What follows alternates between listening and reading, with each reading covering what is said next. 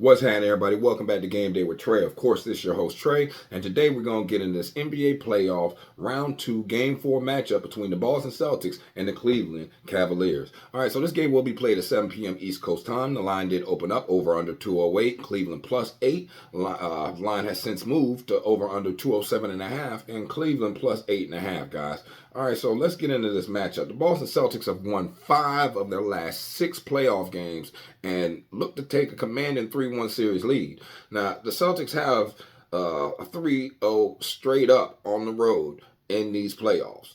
Once again, they are 3-0 straight up on the road in these playoffs. But remember, there's a caveat to that. Look who they've been playing. They've been playing Cleveland and they've been playing the Miami Heat. Okay, now when you're talking about the Boston Celtics, they're averaging 107.4 points per game on 47.3% shooting and allowing 95.9 points on 44.7% shooting. All right, and when you talk about these Cleveland Cavaliers, all right, they've lost 5 of their last 8 playoff games and look to even up the series at 2-2. The Cavs are 4-1 straight up at home in these playoffs, though. Remember, they did play the Magic prior to this, who just can't win a game on the road to save their life. They will cover, but they just can't win on the road. All right, but like I was saying, the Cavs are 4-1 straight up at home in these playoffs. The Cavs are averaging 97.7 points on 44.7% shooting and allowing 102.2 points on 43.6% shooting, guys. All right, so when you're talking about these two teams, man, you got to talk about how the series is kind of gone right now. And in game 1, the Boston Celtics came out and rough shot, you know what I mean, to beat the brakes off these people, 120-95. First quarter, they was firing them up, 40-34. Boston wins. Second quarter, all defense. Boston scores 19. Cleveland scores 15. Boston still does end up covering the first half in this game. But then when you look at quarter number 3, Boston comes out on fire again, and so does Cleveland. Boston scores 33. Cleveland scores 28. So Cleveland was technically still in this game, you know. But that fourth quarter, they laid down, man. They only scored 18 points in the fourth quarter, whereas Boston scored 28. All right, and yeah, they was getting whooped by that, but not really as badly as they was getting whooped by the fourth quarter, guys. I mean, just do the math on that. It did kind of get crazy on that. All right, Donovan Mitchell scored 33 points, shooting 12 for 25 from the field on only shooting 5 free throws, whereas Jaylen Brown came out, scored 32 points, 12 of 18 from the field, and he only shot 4 free throws in the game. Cleveland did shoot 41.4% from field, and Boston matched that, shooting 48.9% from the field. But Cleveland came out and did nothing from 3, shooting 26.2% from 3, whereas Boston, they did what they normally do. They shot 39.1% from 3. So it was a regular game for them. The thing is, though, that Boston started setting a horrible trend. They had 9 turnovers in this game, whereas Cleveland had 5 turnovers. So, but you can do that type of stuff when you're shooting 39.1% for 3 and when you out-rebounding people, because Boston out-rebounded the Cleveland Cavaliers 55-38 in this game in game 1. Now, when you look at game 2, the Cavs did come back with a vengeance. They won 118-94. First quarter, they came out on fire. They won that first quarter 30-24. Second quarter, it kind of flipped on them, and Boston scored 30. They scored 24, so they were tied up at the half. So if you did have Cleveland with the points at that point in time at the half, you were good, okay, because I believe they'll get like 13 points this game, so that would have gave them probably like 5.5 points. You'd have been good with that money. All right, so then you look third quarter, Cleveland came out 36 points. And see, the key in this series has been how these teams come out in that third quarter, man. Because Cleveland came out, scored 36, but Boston only scored 24. So in the fourth quarter, Boston just laid down. Cleveland scored 28. Boston scored 16. It is what it is. You know, they said they cashed it in and we're looking for the next game. They even said it in you could actually hear it kind of with the way they were speaking in the post game when they were talking about, man, it's just this game. You know, we're not going to blow out every team. We're not a super team and all this other stuff and jazz there. So you kind of could get the mindset of where these kids were at that point in time. And I'm not calling them kids. They're just young men playing a game. All right, and getting paid a lot of money to do it. So, yeah. Anyway, so the Cleveland Cavs shooting 54.7% from the field, That game, Boston shot 41.3% from the field, so they did win the field goal percentage battle there, and then they like slaughtered it with three. They shot 46.4% from three, where Boston did what Cleveland did in game one, and they shot 22.9% from three. All right. And then look, the turnover thing, it flipped on its head. Cleveland still won the game, but they had 12 turnovers to Boston's 7. The problem was for Boston that they got out-rebounded 44-31, and that three-point percentage, man. You can't give up those types of threes. You can't let people shoot like that in your house like that, man. Come on, man. How you going to win? You know, you don't stand a chance. You don't stand a chance playing like that. Okay, so in game 3, Boston did come back. They were giving up 8.5. Boston won 106-93. First quarter they won 30-28. Second quarter they won 27-20. Third quarter they won 27-21. And by the fourth quarter, it was really pretty much they gave up a little bit. Cleveland gave up when they actually did have an opportunity, and Boston scored 22 and Cleveland scored 24. You know, so yeah. Once again, that was a trifecta spot for the Celtics, and if you would have had the Cavs team total under, I believe it was set at like 95.5 in that game, or 98. You might have been able to get it at 100, but it was you would have had a good bet. All right, Tatum scored 33. Donovan Mitchell scored 33. All right, Boston shot 51.2% from the field. Cleveland shot 42.9. They were pretty much shooting 3 for 3 because Boston shot 38.2% from 3, which is what they usually do, and Cleveland shot 33.3% from 3. Boston did have a lot of turnovers. They turned the ball over 12 times in that game, and Cleveland only turned the ball over 8 times. As far as the rebounding variance, though, it was 44-35. Boston. All right, so once again, you can kind of see it. A lot of it comes down to the rebounding and who's actually able to secure the boards, honestly, and get them second chance shots. It's a lot of second chance shots is what makes these series either go to a blowout or stay close. All right, now. After splitting the first 2 games of the best-of-7 series, we know this Boston Celtics top-seeded team is trying to come out here and bounce back with a big Game 4 victory. They did, and when I say bounce back, I'm not saying like they didn't come out and play well or to win the game last game, but they need to keep it like consistent. That's what I'm saying about bounce back. All right, Jason Tatum said, we're just trying to get a win, understanding that we didn't play as well as we wanted to in Game 2. All right, and it was a great test and opportunity for us to come out and respond and play better and play harder and all those things. Now, we know Jaylen Brown, he put up 28 points, and with Jason Tatum's 33, so they scored like 61 points between the two of them in that game. Jaylen Brown said, I think we just need everybody to be on the same page and everybody to come out with the right effort. That's 85% of the battle right there. We come out, we play hard, and then we're on the same page, and the rest will take care of itself. We got enough talent in the locker room to beat teams. But if we're not on the same page and we're not playing hard, those are when we get ourselves in trouble. So making sure before the game, at film, and shoot around, talking to everybody, touching everybody, letting everybody know that, hey, we're not here to play around. We ain't come to Cleveland for the weather. So let's go.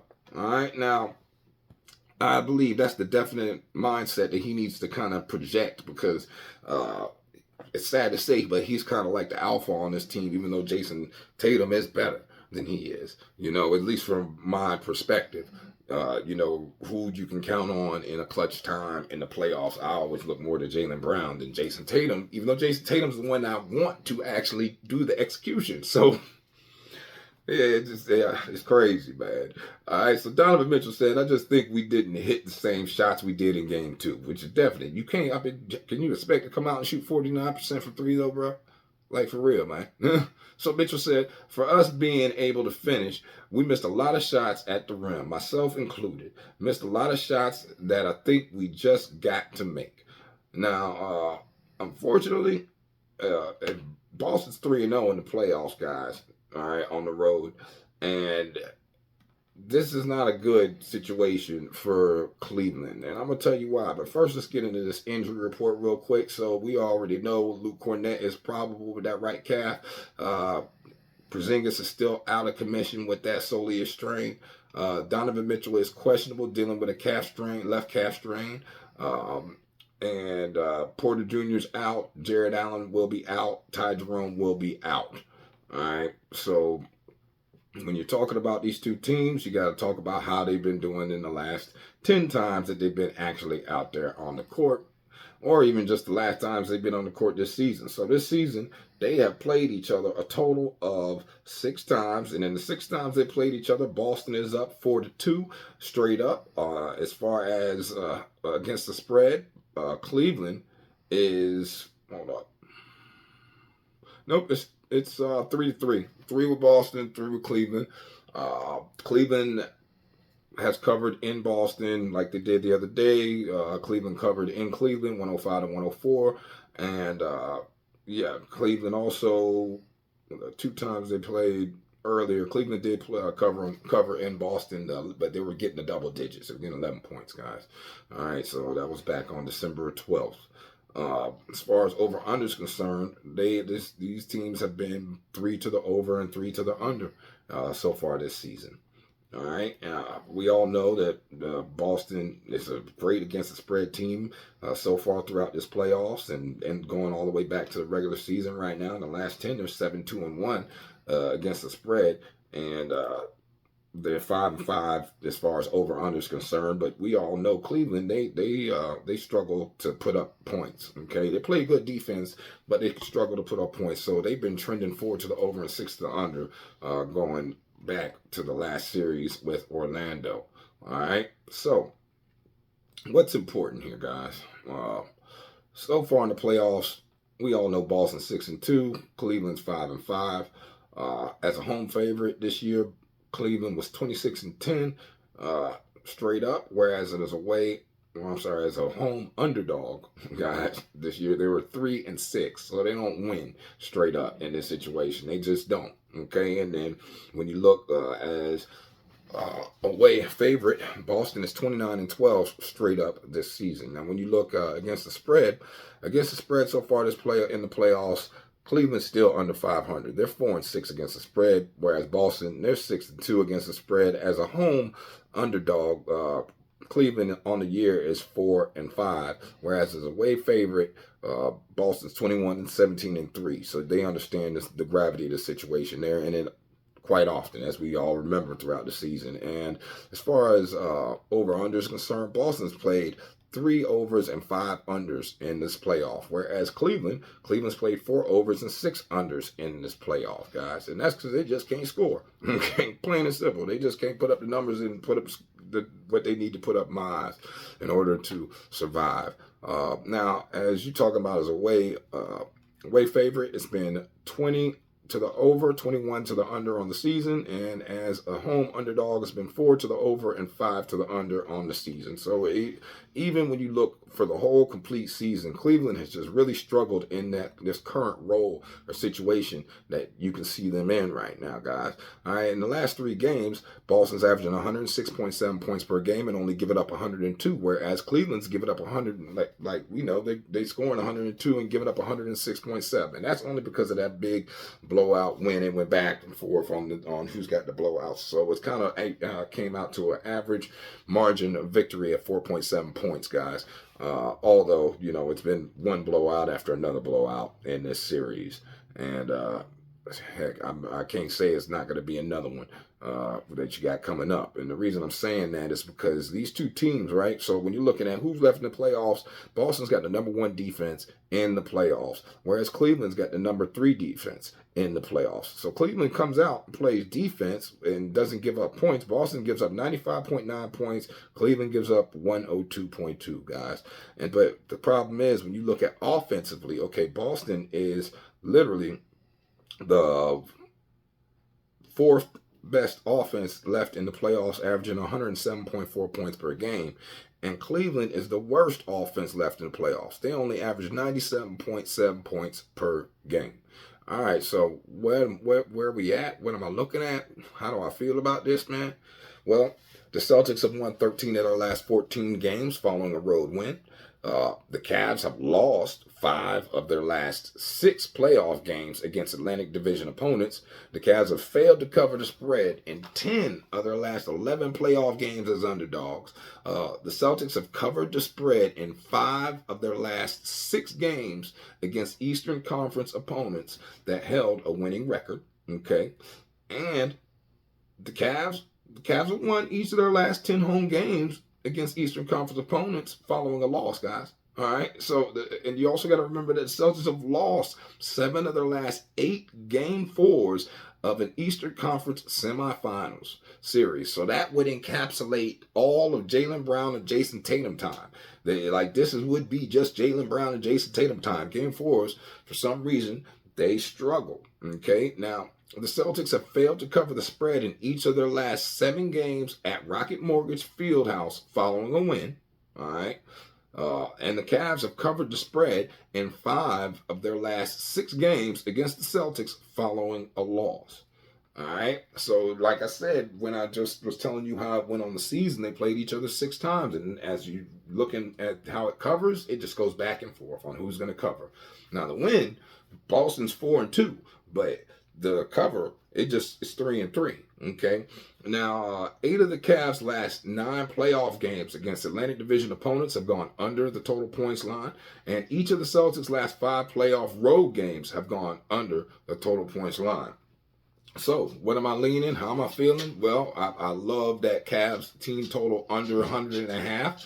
If you can get that, go ahead and take that. I'd even take the under 99.5. I just don't think they have enough people to get to the points that they need to get to. All right. And then also, I'm definitely saying Boston, of course. And if you can get Boston with some points, maybe some juice, get them down to 5. I would like that. But I like Boston first half. And I could see myself actually playing the Cavs plus some more points as well if I was to play with that as well. Get it up to 10 or something, 10.5, something more feasible. But I don't know, because they just can't score. So you're more inclined to get them in that team total under position, guys. But I don't know. Y'all let me know what y'all think in the comments. Of course, I'm going to post my thoughts in the pinned comment. Y'all have a blessed day. Stay safe. I'm going to holler at y'all. Peace.